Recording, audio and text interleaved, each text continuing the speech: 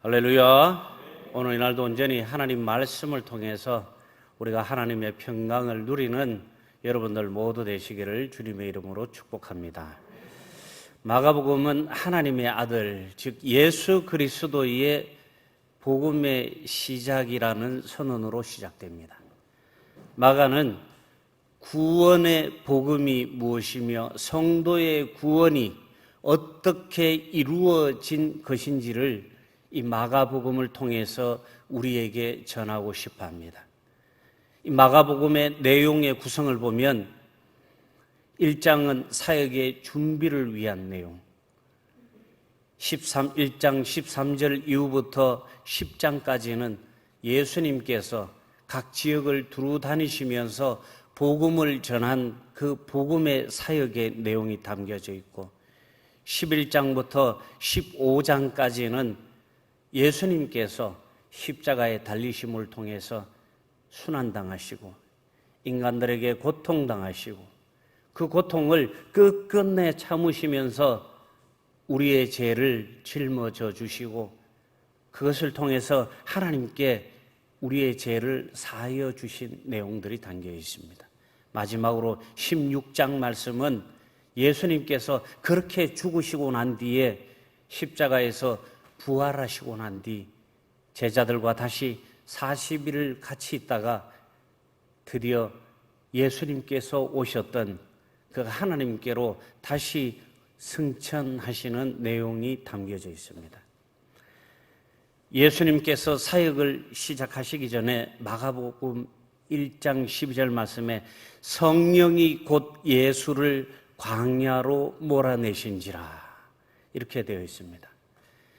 예수님께서 하나님의 아들이신 성자의 하나님 예수 그리스도이심에도 불구하고 그가 사역하실 때, 사역을 시작하려고 할 때 그냥 한 것이 아니라는 것입니다. 성령 하나님께서 예수를 광야로 인도하셔서 그 후 예수께서 성령에 이끌려 광야로 가셔서 다름 아닌 마귀의 시험을 받습니다. 광야에서 예수님은 마귀로부터 3가지의 시험을 받습니다. 시험을 받으시기 전에 예수님께서는 40일 밤낮을 금식하신 후에 너무나 배고픈 상황에서 이 시험을 받게 됩니다. 여러분, 40일을 금식하고 너무나 배고픈 그 상황에서 나에게 어떤 유혹이 온다면은 여러분들 결코 참기 어려울 것입니다. 더군다나 먹는 것으로 나를 유혹한다면 아주 참기 어려운 상황이 되실 것입니다. 시험하는 자가 이때 예수께 다가와 말합니다. 당신이 하나님의 아들이라면 이 돌들에게 떡이 되라고 해보십시오. 이 돌을 가지고 떡을 만들어 보아라. 이렇게 제안을 합니다. 예수님께서 그 제안에 이렇게 답을 하십니다. 성경에 기록되어 있는데 사람이 빵으로만 떡으로만 사는 것이 아니라 하나님의 입에서 나오는 모든 말씀으로 산다. 이렇게 첫 번째 시험에 예수님께서 응수를 하십니다. 그러자 마귀는 예수를 거룩한 성으로 데리고 가서 성전 꼭대기에 다시 세웁니다. 그리고 나서 또다시 당신이 하나님의 아들이라면 여기서 뛰어내려 봐라. 하나님이 너를 위해 천사들에게 명령하실 것이다. 그러면 천사들이 손으로 너를 붙잡아 내 발이 돌에 부딪히지 않도록 할 것이다. 이렇게 시험을 합니다. 예수님께서 또다시 마귀에게 대답을 하십니다. 성경에 또 기록되어 있다. 주 내 하나님을 시험하지 말라. 그러자 마귀는 마지막으로 아주 높은 산꼭대기로 예수님을 데리고 가서 거기에서 보이는 세상 모든 나라와 그 영광을 예수님께 보여주었습니다.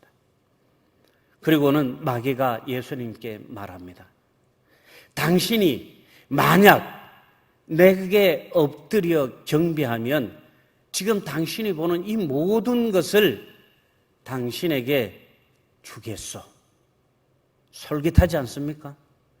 절 한 번이면 이 세상을 다 얻을 수 있다고 합니다.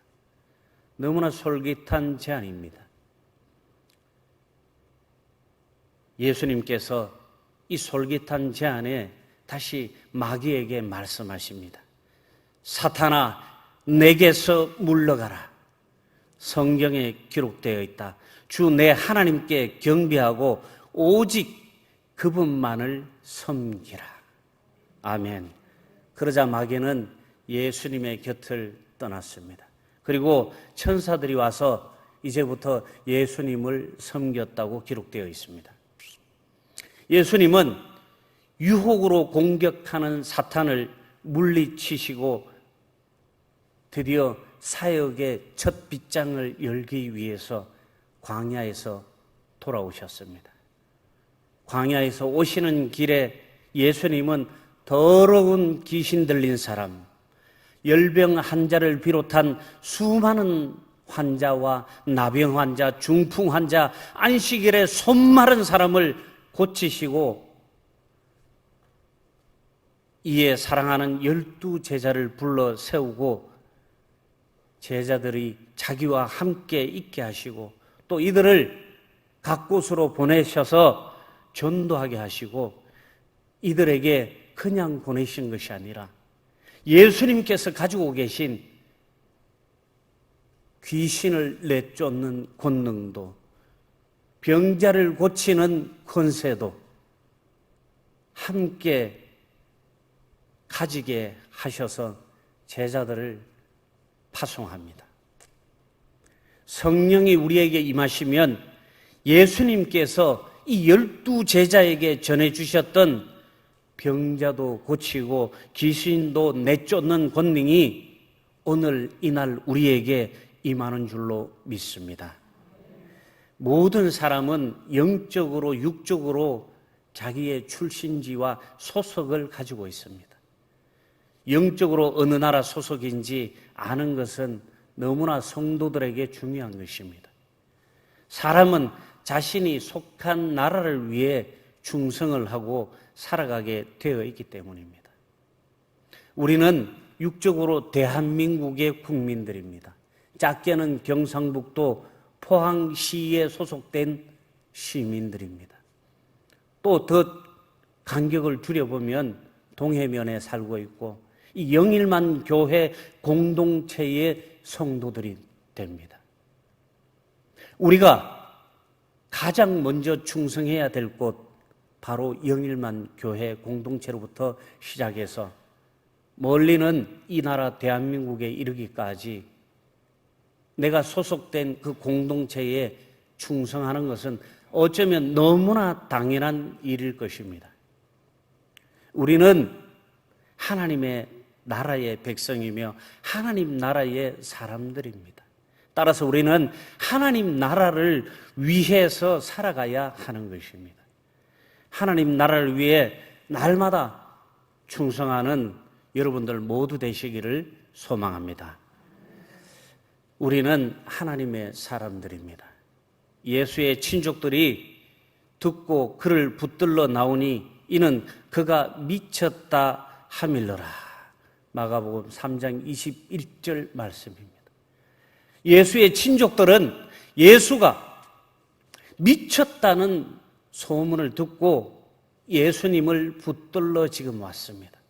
그 일행 중에는 예수님의 육의 어머니와 형제들과 누이도 함께 있었습니다.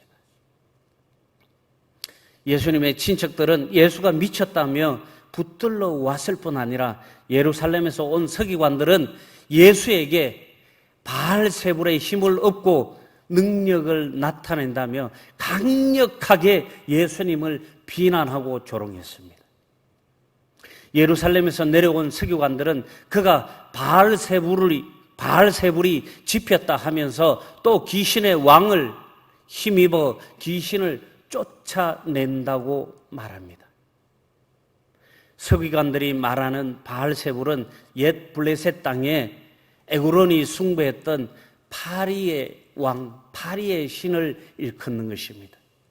마태복음에서도 눈물고 언어장애인 된 자를 고쳐주실 때 바알세불의 힘으로 고친다고 사람들은 비난하고 조롱했었습니다. 마태복음 12장 22절에서 24절 말씀에 그때에 귀신 들려 눈멀고 말 못하는 사람을 데리고 왔거늘 예수께서 고쳐주심에 그 말 못하는 사람이 말하며 보게 된지라. 무리가 다 놀라 이르되 이는 다윗의 자손이 아니냐 하니 바리새인들은 듣고 이르되 이가 귀신의 왕 바알세불을 힘입지 않고는 귀신을 쫓아내지 못하느니라 하거늘. 아멘. 사랑하는 성도 여러분, 예수님은 그리스도이십니다. 예수님은 하나님의 아들이십니다. 예수님은 하나님이십니다. 사람들은 이 사실을 믿지 않았고 알지 못했습니다. 그래서 예수님께서 세상에서 보여주시고 이루시는 그 권능과 권세와 기적에 대해서 귀신의 힘을 빌어서 장난질 치는 것으로 비난했습니다. 예수님의 행하시는 것을 보고 서기관들은 귀신의 힘을 빌어서 귀신을 쫓아낸다며 예수님을 비난했습니다. 마가복음 3장 23절에서 26절 말씀에는 예수께서 그들을 불렀다가 비유로 말씀하시되 사탄이 어찌 사탄을 쫓아낼 수 있느냐, 또 만일 나라가 스스로 분쟁하면 그 나라가 설 수 없고, 만일 집이 스스로 분쟁하면 그 집이 설 수 없고, 만일 사탄이 자기를 거슬러 일어나 분쟁하면 설 수 없고 망하느니라, 이렇게 말씀하십니다. 예수님이 귀신을 쫓아내자 사람들이 예수님을 맹렬하게 비난하기 시작합니다. 그들은 예수님이 귀신의 왕의 힘을 힘입어 그러한 일을 했다고 주장하고 있습니다. 예수님은 귀신 축출을, 귀신 달래는 무당들의 살풀이 차원이 아닙니다. 예수님께서 지금 귀신을 쫓아내고 기적을 일으키는 것은 한낱 무당들이 하는 그런 살풀이 굿이 아닌 것입니다. 그것은 예수 그리스도의 권능으로 사탄을 대적하고 사탄을 죽이고 승리하는 거룩한 사역입니다. 이 세상의 모든 사람은 영적인 소속이 있습니다. 우리는 원래 흑암의 세력에 속해 있었던 사람들입니다. 그러나 예수님이 하나님 나라로 우리의 소속을 이적시켜 주셨던 것입니다. 그것을 하시기 위해서 예수님께서 이 땅에 오셨고 인간의 육신으로 인간들에게 조롱당하시고 인간의 육신으로 인간들에게 고난당하시고 인간의 육신으로 인간들에게 순환당하시고 십자가에 달리셔서 예수님께서 가지고 계신 그 거룩한 보혈을 마지막 한 방울까지 모두 쏟아내어서 죄악에 허덕이고 있는 이 죄인들을 깨끗하게 씻어주시고 우리를 하나님의 자녀되게 하여 주시고 우리를 하나님의 소속이 되게 우리의 소속을 바꾸어 주셨습니다. 우리는 사탄을 대적하는 하나님 나라의 백성이요 사명자입니다. 우리의 소속을 분명히 하시기 바랍니다. 우리는 하나님의 백성이요 하늘에 속한 사람들, 거룩한 하나님의 사람들입니다. 죄의 종노릇하며 흑암에서 살던 우리를 예수님은 우리를 죄에서 해방시켜 주셨습니다. 예수 그리스도의 그 거룩한 십자가 보혈이 우리를 죄에서 구원하여 주셨고 식민과 전쟁의 고통에서 신음하는 이 나라 대한민국을 구하고 지켜주셨습니다. 주님은 진정으로 죄에서 우리를 해방하시는 구원자이십니다. 예수님은 죄의 강한 능력도 십자가의 능력으로 이겨내시고 죽음까지도 부활로 이기심으로써 인간을 죄에서 완전히 자유롭게 하시고 우리를 거룩한 하나님의 자녀가 되게 하여 주셨습니다. 우리를 죄에서 해방하여 주시고 하나님의 사람들이 되게 하신 예수님께 찬양과 영광을 드리는 우리 영일만교회 성도가 모두 되시기를 소망합니다. 두 번째로 우리는 성령을 사모해야 합니다. 성도는 성령을 사모해야 합니다. 성령을 사모해야 성령 충만하고 주님을 사랑하고 하나님 나라를 위해 헌신할 수 있는 것입니다. 성령을 사모하지 않고는 결코 여러분들이 성령 하나님을 만날 수가 없습니다. 여러분들이 성령 하나님을 사모하지 않고는 성령 하나님께서 여러분들의 가슴에, 여러분들의 삶에 개입하실 수가 없는 것입니다. 여러분들이 성령을 사랑하고 그 성령 하나님께서 저와 여러분들과 함께 임재 속에서 동행하실 때 비로소 나의 삶이 하나님께 향하여지고 비로소 나의 삶이 경건한 삶이 되는 것이고 비로소 우리의 삶이 하나님의 축복의 통로가 되는 삶이 되는 것입니다. 하나님 나라의 백성은 성령 충만함으로 하나님 나라를 위해 헌신해야 합니다. 반대로 하나님 나라에 속하지 않은 자들은 하나님 나라를 방해하고 멸망을 위해 날마다 기도합니다. 예수님은 이런 사람들에게 경고하십니다. 다른 모든 죄는 사함을 얻지만 성령을 회방하는 자는 사함을 받지 못하고 영원한 죄에 처해진다는 것입니다.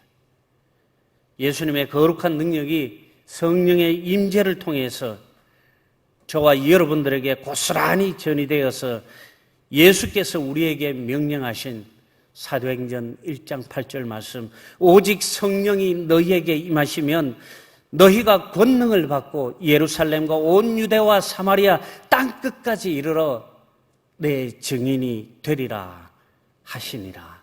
아멘. 사마리아 땅끝까지 이르러, 온 유대와 사마리아 땅끝까지 이르러 온 세계 만방에 우리가 예수 그리스도를 증언한다는 것입니다. 성령이 우리에게 임하시면 나의 삶이 행복 끝, 불행 끝, 행복 시작이 되는 것이 아니라 그것은 선물이에요. 그보다 더 중요한 것은 우리가 예수 그리스도를 증언하기 위해서 어디든지 달려갈 수 있다는 것입니다. 어디든지 달려간다는 것입니다. 그것을 통해서 우리의 삶이 완전히 바뀐다는 것입니다. 사도 바울은 성령 충만함을 통해서 그의 인생이 완전히 바뀌었습니다. 그리스도인들을 핍박하고 그리스도인들을 잡으러 다니고 그리스도인들을 죽게 하던 그의 삶이 생명을 전하고 생명을 살리고 그것을 위해서 자신의 목숨을 내어놓고 그것을 위해서 자신의 인생을 내어놓는 거룩한 사도로 바뀌었습니다. 바로 성령 하나님께서 우리를 그렇게 만든다는 것입니다. 성령을 사모하시기 바랍니다. 27절 말씀에 사람이 먼저 강한 자를 결박하지 않고 그 강한 자의 집에 들어가 세간을 강탈하지 못하리니 결박한 후에야 그 집을 강탈하리라. 아멘. 사탄의 집에 들어가 결박한다는 것은 힘으로 제압한다는 것을 의미하는 것입니다. 그런데 예수님은 우리 인간들이 상상하는 방법으로 그것들을 억압하지 않으셨습니다. 예수님의 방법은 십자가의 거룩한 희생이었습니다. 그리스도의 거룩한 십자가의 보혈이었습니다. 힘 대 힘으로 맞붙는 것은 사랑을 말씀하시는, 사랑을 선포하신 예수님의 방법이 아닙니다. 오히려 약하고 희생하고 양보하는 것이 예수님께서 우리에게 날마다 가르쳐 주신 사랑의 방법입니다. 예수 그리스도의 희생은 결코 약한 것이 아니라 세상의 그 어떤 무력보다도 강하고 위대한 것입니다. 그 거룩한 희생의 보혈로 우리의 더러운 죄를 용서받고 깨끗하게 되었습니다. 예수님은 사람이 지은 모든 죄가 용서를 받을 수 있다고 말씀하셨습니다. 죄에 대한 죄값은 당연히 그에 상응하는 죄값을 치러야 합니다. 그러나 하나님은 이런 죄를 모두 깨끗하게 용서해 주실 것이라고 말씀하십니다. 상식적으로는 모든 죄가 용서받을 수 있다는 것이 인간의 이성적인 생각으로는 도저히 이해하기가 쉽지 않습니다. 그러나 이것은 하나님의 용서가 우리의 상식이나 이성보다도 더 크고 놀라운 것임을 보여주는 것입니다. 성령을 해방한다는 것은 성령의 역사를 끝까지 거부하며 방해하는 것입니다. 그것은 자신이 하나님 나라에 속해 있지 않음을 의지적으로 표현하는 것입니다. 하나님 나라에 속해 있지 않는 자는 자신의 죄값을 죽음으로 지급할 수밖에 없습니다. 어떤 방법으로도 절대 하나님께 용서받을 수 없습니다. 가룟 유다는 예수님을 은 30의 로마 병사들에게 팔아넘기고 이내 후회하고 자책했습니다. 그러나 유다는 성령의 역사를 거부하였기에 유다는 회개하지 못하고 더는 주님의 제자로서의 사명도 감당하지 못하고 스스로 목숨을 끊었습니다. 성령 충만함으로 성령의 역사를 받아들이고 성령께서 나를 주관하시도록 나의 영을 하나님께 맞추어서 하나님의 뜻대로 순종하고 행하고 영광 드리는 하나님의 사람들 되시기를 주님의 이름으로 축복합니다. 마지막으로 우리는 하나님 나라의 형제 자매요 가족입니다. 혈연적인 생물학적인 피보다 더 진한 것은 그리스도의 거룩한 보혈로 맺어진 가족입니다. 예수께서 사역하시는 현장에 예수님의 어머니와 동생들이 찾아왔습니다. 예수가 미쳤다며 그를 잡으려 하는 예수 친족들의 말을 듣고 어머니와 형제들은 예수께서 걱정이 되어 왔을 것입니다. 그때 예수님이 마가복음 3장 34절 말씀을 통해서 둘러앉은 자들을 보시며 이르시되 내 어머니와 내 동생들을 보라. 누구든지 하나님의 뜻대로 행하는 자가 내 형제요 자매요 어머니이니라. 이렇게 하신 말씀이 새로운 가족을 구성하셨습니다. 그렇습니다. 이전까지의 혈육적인 가족 구성의 의미에서 피를 나눈 혈연적인 사이가 아니라 하나님의 뜻대로 행하는 영적인 관계에 따라서 형제, 자매, 어머니가 된다고 오늘 예수님께서 말씀하십니다. 아마도 그 소리를 들었던 예수님의 어머니나 동생들은 상당히 마음이 상하고 섭섭했을 것입니다. 예수 그리스도를 영접하여 구원받은 사람은 하나님의 가족으로 입적됩니다. 신앙생활을 통해서 하나님을 섬기는 종교적 노예가 되는 수직 관계가 되는 것이 아니라 하나님의 자녀가 되고 하나님을 아버지로 부를 수 있는 자녀이자 가족으로 불러주신 것입니다. 그래서 예수께서 부활하셔서 처음으로 만난 막달라 마리아와 다른 마리아에게 예수님의 제자들에게 전한 말씀, 마태복음 28장 10절 말씀에 이에 예수께서 이르시되 무서워하지 말라. 가서 내 형제들에게 갈릴리로 가라 하라. 거기서 나를 보리라 하시니라. 아멘. 내 형제들에게 갈릴리로 가라 하라. 예수님의 피를 나눈 혈연적 관계의 형제들에게 하시는 말씀이 아니라 예수님의 제자들에게, 내 형제들에게 갈릴리로 가라 이렇게 말씀하신 것입니다. 제자들은 주님의 형제들이라 하신 것입니다. 하나님 안에서 거룩한 가족이 된 것은 교회가 된 것과 같은 이치입니다. 교회는 구원받은 사람들이 모이는 단체를 교회라 말합니다. 즉 교회를 통해서 새로운 하나님의 가족들이 되는 것입니다. 그래서 교회 구성원들은 물보다도 진한 것이고 생물학적, 혈연적 관계를 맺은 피보다 진한 관계로 발전하게 되는 것입니다. 한 사람은 연약하니까 로마서 8장 28절 말씀에 우리가 알거니와 하나님을 사랑하는 자 곧 그의 뜻대로 부르심을 입은 자들에게는 모든 것이 합력하여 선을 이루느니라. 아멘.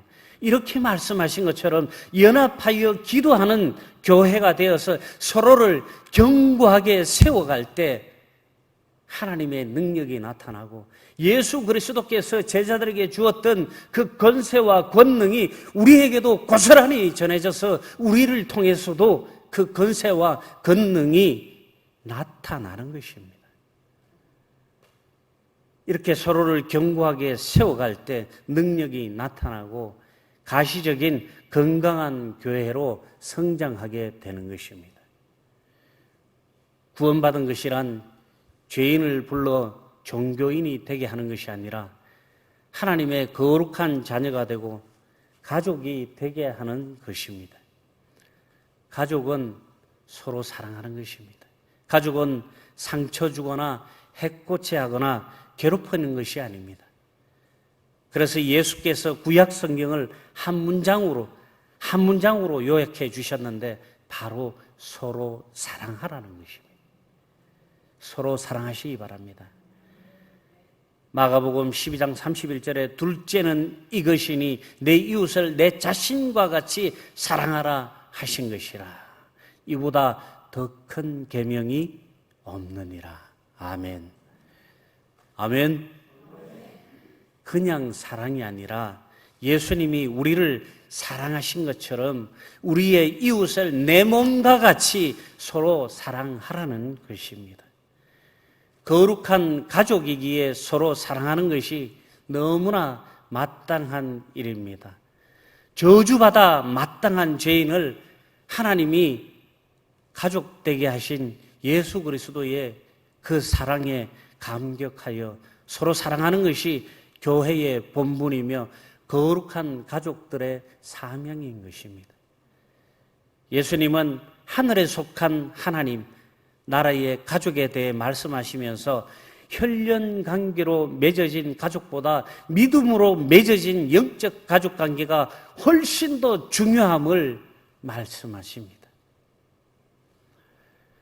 예수님의 어머니와 형제들이 예수님을 찾아왔을 때 예수님의 진정한 가족은 하나님의 뜻대로 행하는 자들이라고 오늘 본문 말씀 마지막 절 35절에 말씀하십니다. 그렇다고 혈연 관계를 무시하고 부정하신 것은 결코 아닙니다. 예수님은 세상적 가족 개념이 아닌 영적 가족 개념을 말씀하신 것입니다. 오늘날도 마찬가지입니다. 하나님의 뜻대로 행하는 이들은 모두 하나님 나라의 가족입니다.